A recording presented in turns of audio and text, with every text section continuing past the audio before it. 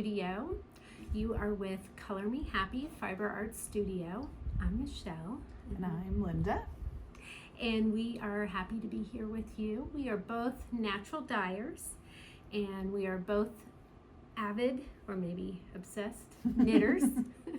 And dabble in other fiber arts too, sometimes crochet, embroidery, spinning. Many things to do and learn. Yes, we love all the things. So welcome, and welcome back for those of you who have been here before. And we always start with something that we are excited about. I have a couple of things that I'm excited about. One, I think we mentioned last month, but we did, I believe, our first as a natural dye studio make-along. We naturally dyed several colorways of a merino silk lace weight yarn that we call gossamer.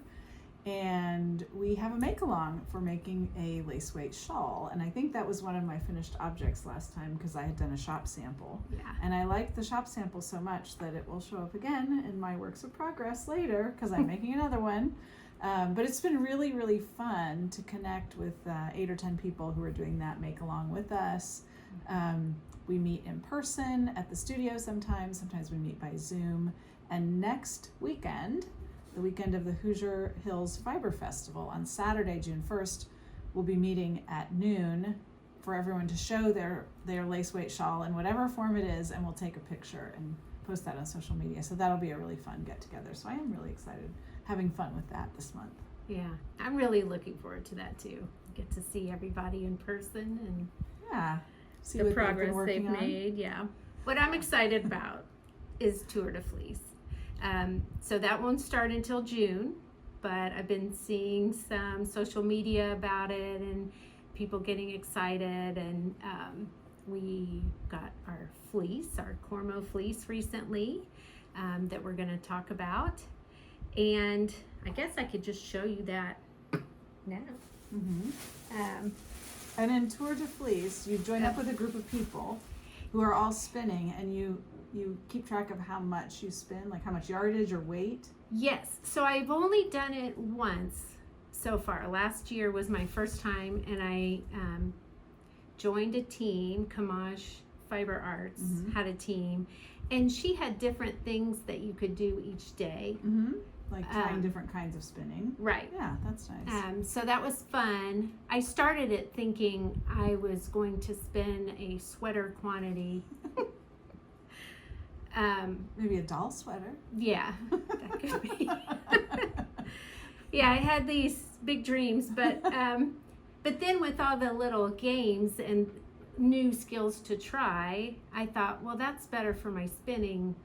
Yeah, to than just explore doing new something things. that maximizes the yardage. Yeah. Yeah. So that's what I did last year. So this year, I'm not sure what I'm going to do, if I get back out the sweater quantity idea or just try some new things, but I'm looking forward to spinning every day. Spinning every day during the Tour de France biking season. So nice. Yeah, that'll be cool. Awesome. So our fleece here, I have a whole bag. This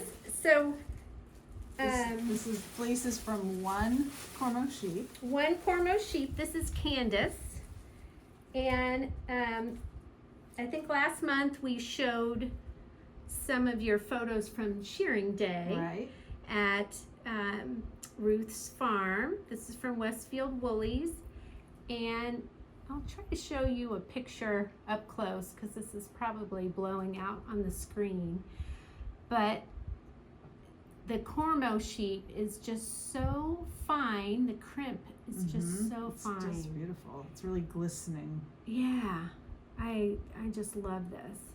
So we have, I don't know, like 6 or 7 of these in the garage waiting to go back to the mill to make more yarn. I'm so excited for this. So this is the second year we've gotten Cormo fleece from Westfield Woolies, which is our local, back home again. wool line that we are excited about, but we're not close enough to be super excited yet. We still have work to do, so you'll hear about that later. Yeah. Fun. All right. Do you have any finished objects? Oh, I'm excited about one more thing, which I'll just mention. Sorry. Okay. And maybe we'll put some pictures in. This is just a representation of what's outside in the dye garden, because I love gardening, which means I really do have way too much to do at this time of year. I'm either neglecting the dye garden or I'm neglecting my vegetable garden at home. Something is always being neglected in my mind. But the dye garden and my vegetable garden are doing pretty well. And it's really fun because our weld seeds that we planted last year are now blossoming and we'll be ready to harvest our weld soon. And then we'll plant more this year because it's a biennial plant. So you harvest it, it grows one summer, dies back, and then goes to seed the next year. So you'll get to see some pictures of what's going on in the dye garden. There's a lot growing and coming along. We had a lot of volunteer plants come back, which is great, less work for us. And that's really fun. So we'll show you some pictures of that too. Yeah, and that weld, I couldn't believe it's taller than we are now. It's really tall. It's really going It gets up fast. between 4 and 6 feet tall, and we have them in raised beds anyway, so it's really tall. Yeah. Yeah, it's an amazing plant. This is Ruth of Providence Farm, the shepherdess of a lovely flock of Cormo. Yes, and she is part of Westfield Woolies. Westfield Woolies. Yep. Okay. So Welcome to the farm. Thanks. Well, you can show us around and tell us about your sheep. All right, so we're already being photobombed, and who are these lovely creatures? The one on the left is Becky, and the one on the right is Davy, and they are full-bred Maremma guardian dogs. Maremma guardian dogs. They are beautiful. And yes, they live out here. Oh, they like Linda. They love everybody. With the non-breeding flock, you can kind of sort of see them back there, but not well. So Is that a baby out there? no, they're just naked. Oh, they're naked. That's right, because they were just Yeah, sheared. Because they look so tiny now. They do. Is the non-breeding? Fleeces were heavier this year because we had a drought this past year. And the years that we have drought, I get good fleeces because what grass does grow is nutrient dense. So as long as there's enough water that the grass isn't completely burned And when we off. have a super wet year and you'd think that we've got, oh, look at all this year's grass, there's actually less nutrition and I get smaller, lighter, shorter fleeces out of them because they think, oh, I'm all this grass, I'm eating all of this grass. But there's not as much in the grass to go into making the wool. Right. Oh, that's fascinating. That is It just, So this was a good fleece year. it was a good fleece year. Good morning. Good morning. So these are going to have babies any time now. Yeah, Miriam could go as early as tomorrow. Her udder is full, it's hard, the teats are engorged, things are softening in areas where Yes. they need to soften, and she's been miserable. And she looked like she might have been having some Braxton Hicks this morning, just by the way, her restlessness and the way she was laying there. Those two girls technically aren't due. Oh, I'm sorry I'm not giving you enough attention. You need your camera time, Becky. I know. That's right. The other two technically aren't due. Earliest would be the 16th, but they're close. Oh, we hear you. Sissy's not. This entire pen's not friendly. Oh. Do you have favorite? Yeah, I do. Both of these are pets. Sheena is very friendly normally, and I'm afraid of Reyna. Let me see your ear. Usually both of them are up here for pets. Okay. And both of the white ones All three of those are pets, and will usually come up. They have their noses rubbed and take cookies. I like this one. She is a hogget, but I like this one. And what's a hogget? First shearing. First shearing. Oh. Look how, you'll have to get close for this, how tiny that crimp is. Just so fine. Mm-hmm. And it's so shiny. Yeah. It feels like butter.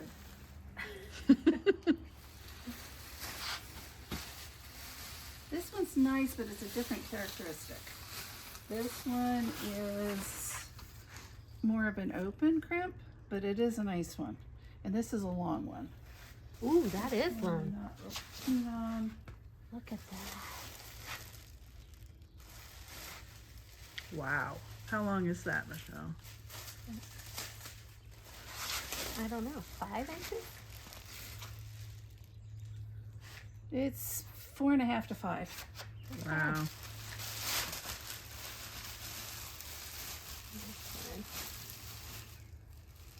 So the open crimp versus a tighter crimp, This how one's- will those be different in the final product? Or what would you? The finer crimp tends to be a little more cottony in the vinyl texture, Uh-huh. and many of the processors like the more open crimp and the shinier. The hand combers like the finer, smaller crimp. It's actually a finer micron, but the finer microns do really well with hand combing. Really, really well with hand combing. Okay. So this you might hand comb, and this might be better for, That would be a Machine really good processing. one for processing. okay. We picked out some really beautiful Cormo fleece, some for hand spinning and others to take to the mill. So join us next month to see how it gets spun up. We have been working on some new dye kits. And I don't think we've ever talked about this before on the show. I think so. But we have some do-it-yourself solar dye kits, and I think that is the easiest way to learn about natural dyeing because they're the skeins are already pre-mordanted, and we have them sitting out with different dye materials that you can try, and there's a little video with instructions and. And I will have to say, I have to give Michelle credit here because this spring she was like, we need to do this. And I said, we're too busy. We don't have time to do that. And she said, no, we need to do this. And it has been very popular. Yeah, So and our Michelle was local- having a good idea and I was being the negative Nelly. That's okay. Somebody's got to rein in my ideas sometimes. Yeah. But currently we have Coreopsis or cochineal or marigold as the 3 dye materials you can pick from when you get a solar dye kit. And you can do really cool things with those, like these examples that we have to show. Yeah. But we wanted to make more of a rainbow. Like, let's see if we can expand our colors that people can do with solar dyeing. Yeah, my vision was to have these jars in the rainbow. And the ones that you put on alum are these, the marigold, cochineal, coreopsis. And Sarah and I, Sarah is our yarn fairy who helps us often. She and I did some experiments using a copper pre-mordant to get the blues, and we love how this turned out. The red, we tried a red to make a purple, and then we tried a green, and they weren't so great, so we did another set of experiments, and I'll put those in here so you can see how we got to the blue and the green at least. So we've got red, orange, yellow, green, blue. We're just still working on purple. So we almost have the rainbow in solar dye kits. We almost have the rainbow. And we could do purple on here, but it might not be very light fast, because when we put the copper with it to make it more light fast, it turns more blue. Right. So getting a pure purple, we'd have to mix some cochineal and what's the right amount. Yeah. So we're still working on that. But that's been a lot of fun. So I'll put that video in here so you can see about that. How does this solar dye kit work? First, choose your base. Both of them are merino cashmere nylon. Next, choose your dye material. We have cochineal that comes from insects that live on paddle cactus. Those give a variety of pinks. We also have marigolds and coreopsis that we grow in our own garden. Next, add water and heat. Put in there, sprinkle some more. Now I'm just pouring pure water in. And let it get some sun.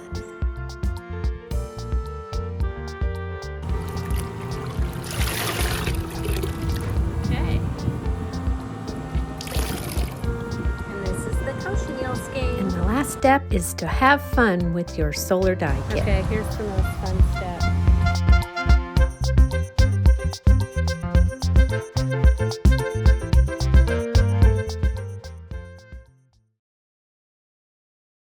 But we're going to try out some new solar dye tests. So we're going to do copper and weld, sprinkling, copper and weld mixed with water. This one's going to be copper, pomegranate, and weld sprinkled. Copper, pomegranate, and weld mixed with water. So how I usually do it is sprinkle, kind of mix them up a little. Sprinkle a little on the bottom. Since we're doing this outside, I think we're okay breathing wise, but don't like go like that and breathe it in. And then I do a little, put some in and then sprinkle some.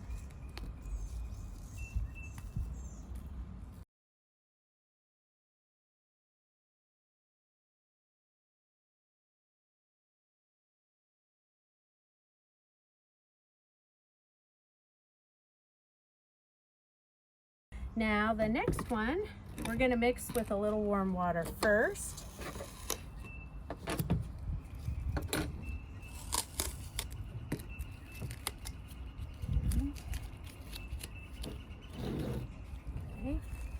Just pour a little bit in here and stir it up well with your spoon. This is interesting. So pomegranate looks so brown. That doesn't have pomegranate, and look at the difference in those. But this one should turn more green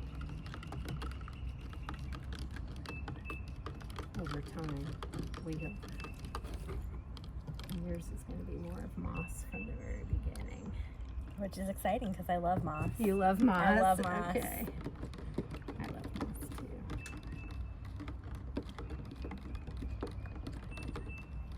too. Okay. Now we can do this in different ways. We could have the yarn just squished in there like that and pour this over the top and then pour some more water to fill it up. Or you could skein it so that there's more white in the middle. I don't know if you have a preference. I do not. Okay. Should we do one of each? Yeah, we could do one of each.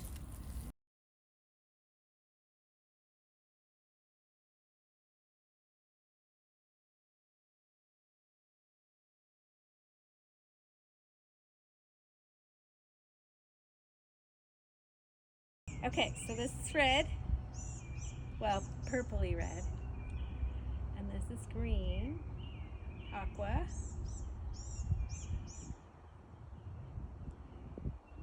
And this is going to turn blue.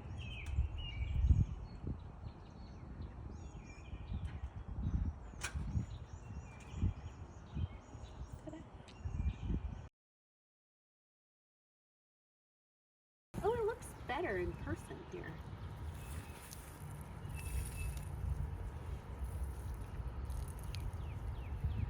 Not too bad. This is copper, pomegranate, and weld.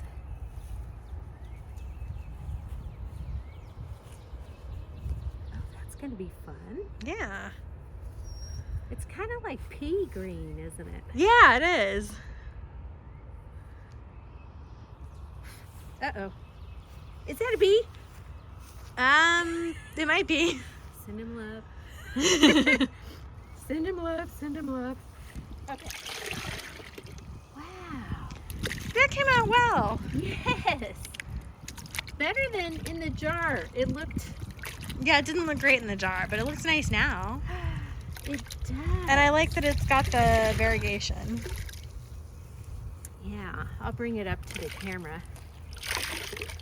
Because there's some kind of like blue greens. Yeah. Oh, that's going to be really nice. Yeah.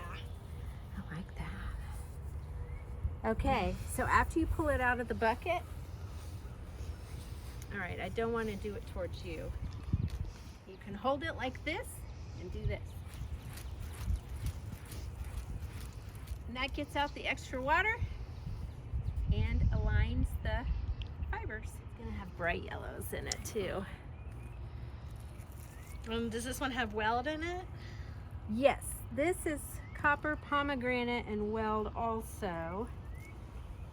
Now before rinsing, this is mostly copper color.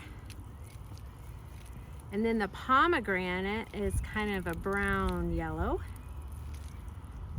And then the weld is more of a bright. So it looks like more of the weld stayed up top. And this is where we had sprinkled and put in. So it's in different places.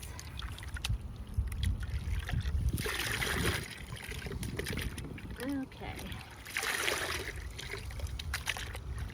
So I'm thinking we might not advise this approach. Yeah. That didn't come out quite as well as the other one. Yeah, I think the other one, we had mixed them first more, where this was all sprinkle. And so the sprinkles came out separate.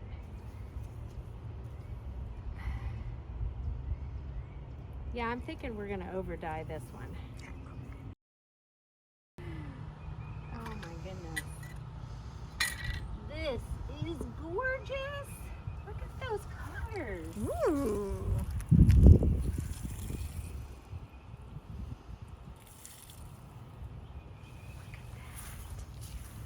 Wow, this one is dark.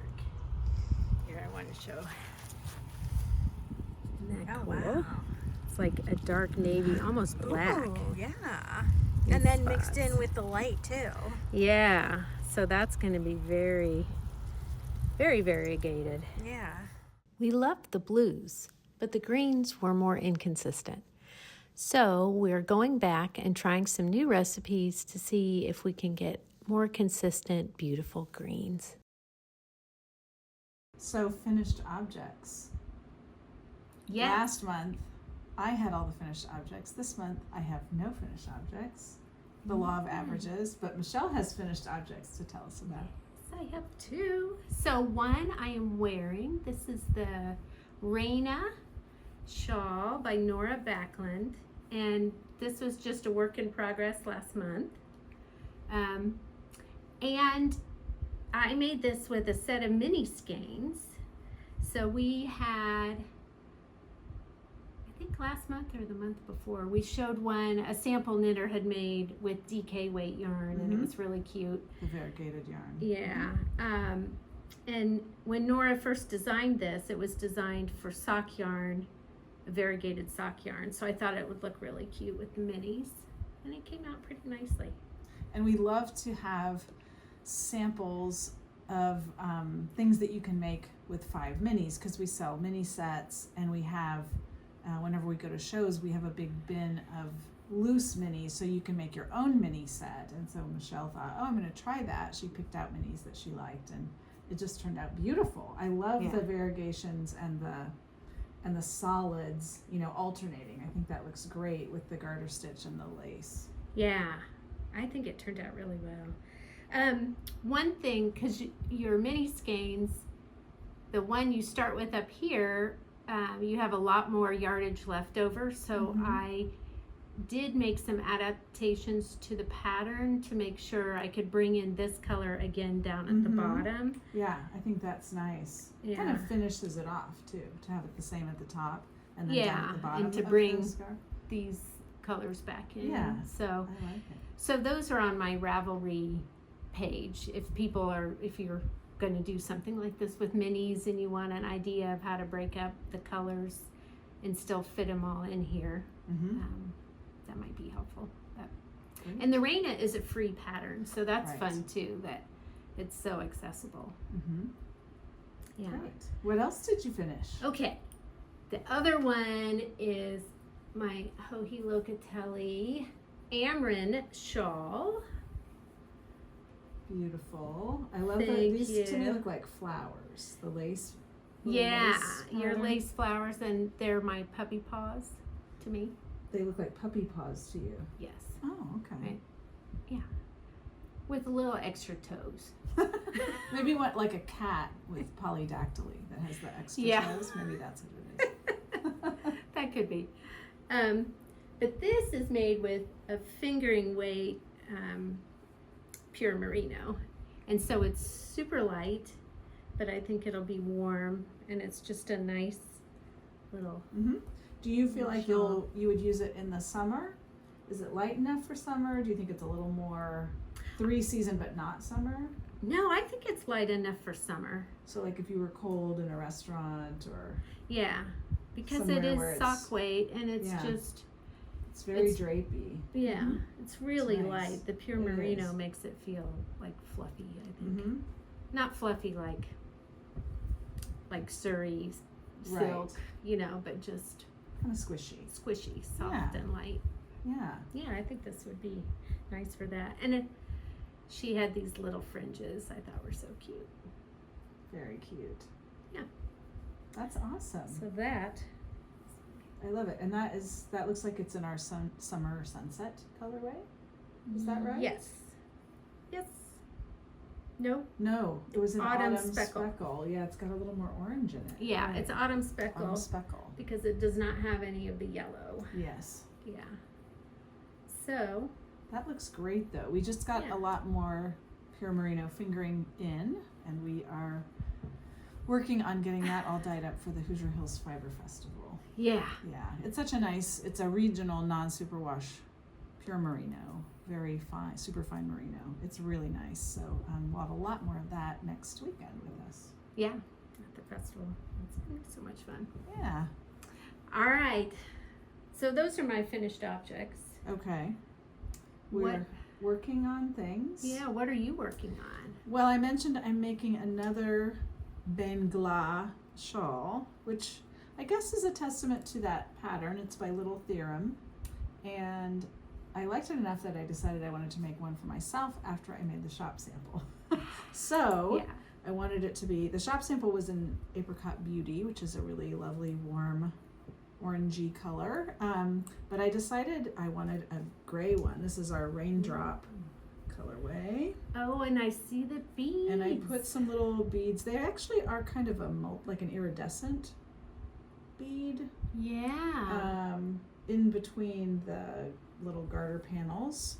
I really like this, it's called a 3-3 gather stitch that makes, it looks almost like a flower or like a starburst. Yeah. So I have work to do if I'm going to be done by next Saturday. Oh, yeah. How long are you gonna make it? Well, I'm almost through my 4th repeat, and I was going to do 6. So I can probably get it done, and it's okay. This is a judgment-free zone. If it's not done by next Saturday, you know, we can take pictures with our shawls like this. That's right. With the Does needle not- still on. Does not have to be done. Totally fine. And the reason it's not done is I started another project. I don't know if you're like this, but sometimes you start a new project and it's like your new best friend. And so then you're working on that one and you've kind of forgotten about the old project. So I did start a new project just because I wanted another summer t-shirt in flaxen, Yeah. our alpaca linen silk blend. And I am really enjoying this. Oh, this I love those colors. Pattern is the Fizz Pop Sweater by Helen Kennedy Designs. She has really lovely, she often uses mosaic techniques with, gives you some chances to play with color, you know, making it more tonal or like a bright contrast. And that's what this sweater is using up, you know, at the top in the yoke. I'm almost done with the yoke, and then I'll be using the dark green color for the bottom of the sweater. So I'm really enjoying that, and it's going pretty fast, and I like the little kind of modern pattern, you know, the squares. It's a little bit a geometric shapes. Geometric. Yeah, I'm really enjoying that. So that's in flaxen in lamb's ear for the light, and pine for the darker green. I like those colors together. That looks really nice. Thank you. I'm excited about that. Yeah. I like her designs too. We've knit several of hers. I do like her designs. Yes, you did the shawl. Yeah, I have we a have shawl a of hers. cold pale moon shawl that she did. We've done some other things. I do. She has a really nice newsletter too. If you like getting newsletters from designers and hearing what they're up to, hers is always useful, and sometimes it has a coupon, and it doesn't, you know, you're not inundated with emails every other day. So I really like her newsletter also. Yeah. Very cool. How about you? You are working on something as we speak. I am. This is the Cinnabar shawl. Ooh. Oops. I've not heard anything about this one, so I'm learning it at the same time all of you are. Okay. What is this? Well, this is a project that I rescued from my UFOs. Oh, that's why I Yeah. heard about it. It's a UFO. Yeah. I actually started It's it really last pretty. year. So the Cinnabar is Andrea Mowry, and it is a brioche. One part is brioche, and the other part is just garter stitch. It's really pretty. But you're alternating skeins, and one of these is my hand spun, and then the other one, so my hand spun, that has all these purples and blues and greens. And then I paired it with our yak silk in the deep mica. Nice. And deep mica, yeah. Yeah. That's beautiful. Because I love those together. Yeah, I really like That center seam kind of thing. Yeah, slip. Yeah, slip it's a slip Mhm. stitch. And Beautiful. I loved it when I started it. Yeah, and why then- did it's so beautiful. How did it become a UFO? Well, There are many ways things can become. I know. UFO, in case Oh, yes. you are a different person than we are, is unfinished object. Unfinished object. And this one was long unfinished because I had gotten off on my brioche counts at the Oh. edge. Mm-hmm. Probably no one would have noticed, Mm-hmm. but it was making me a little bananas. Mm-hmm. And I thought, oh, one day I'll just fix it. And a couple of times I would pick it up and think, how do you unknit brioche? Right. 'Cause you once- tink back and brioche. Yeah. And tinking back, I mean, it was a lot You'd of, have gone a long way if you Yeah. did that. Yeah. you could kind of see it's still wrapped around here. I still haven't made it to the part where I was before. So I was nervous about it, and then I don't know, about a week ago I decided I'm just going to do it. And I just Just unraveled it back. started unraveling it back, and I watched how it was unraveling to make sure I could kind of figure it out. And then I picked up the stitches, and I did have to tink back another row because when Okay. I picked it up, I picked up the wrong one to start again. Yes. be Because hard. with two colored Like with brioche, cabling, it's hard to make sure you're on the right row. yeah, which row was I really on? But once I figured it out again, it's very easy. Nice. So It's beautiful. thanks, and I'm really excited to finally get to use some of my hand spun. Oh yeah. Because you spin up your stuff and then Right. it's so beautiful you don't know what to do with it, you know. And Right. You gave me some, and I made a cowl with it. yeah, that's right. You're Mhm. seeking solace Mhm. cow. Yeah. So Cowls are nice for hand spun because there's a lot of cowl patterns that really show off the variegation, yeah, and it's also we all wear them. It's very usable, and they don't take tons of yardage. So it's kind of a sweet spot project, I think, for handspun. Yeah, that's true. That's a good way to think of it. So that's one of my works in progress. Okay. The other thing I brought is more spinning. Getting ready for Tour de Fleece. Yes, practicing. So this is fiber that I got from Kim Dyes Yarn. She dyes fiber too. And I got this at Maryland Sheep and Wool. Oh, nice. So I was at that festival with my daughter Elaney, and my stepmom was supposed to come for her birthday, but she didn't.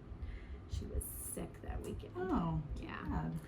What it's a fun girls' weekend for you. Yeah, it was a fun time. We missed her though, but and I love how Kim dyes her yarn and fiber. She has beautiful colors, and I can't remember the name of this. It's something related to the rainbow, over the rainbow, or something like that. And I'm not sure yet. I'm about halfway through.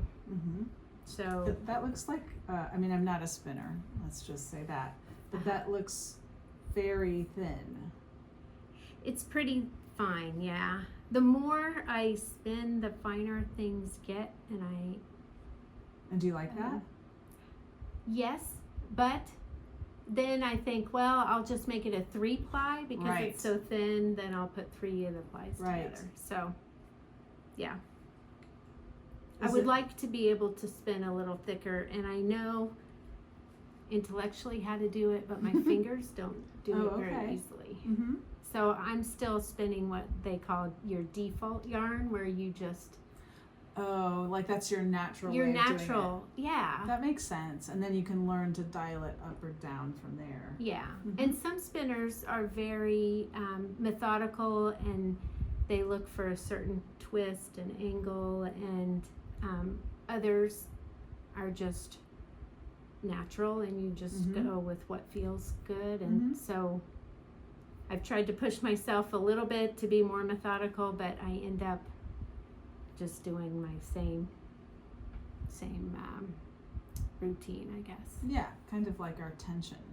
Yeah, knitting or crocheting, it's hard to change it. Yeah, once you get into a rhythm. Yeah, and stuff, it's like, well, you can try to knit looser, but really probably just go up a needle size.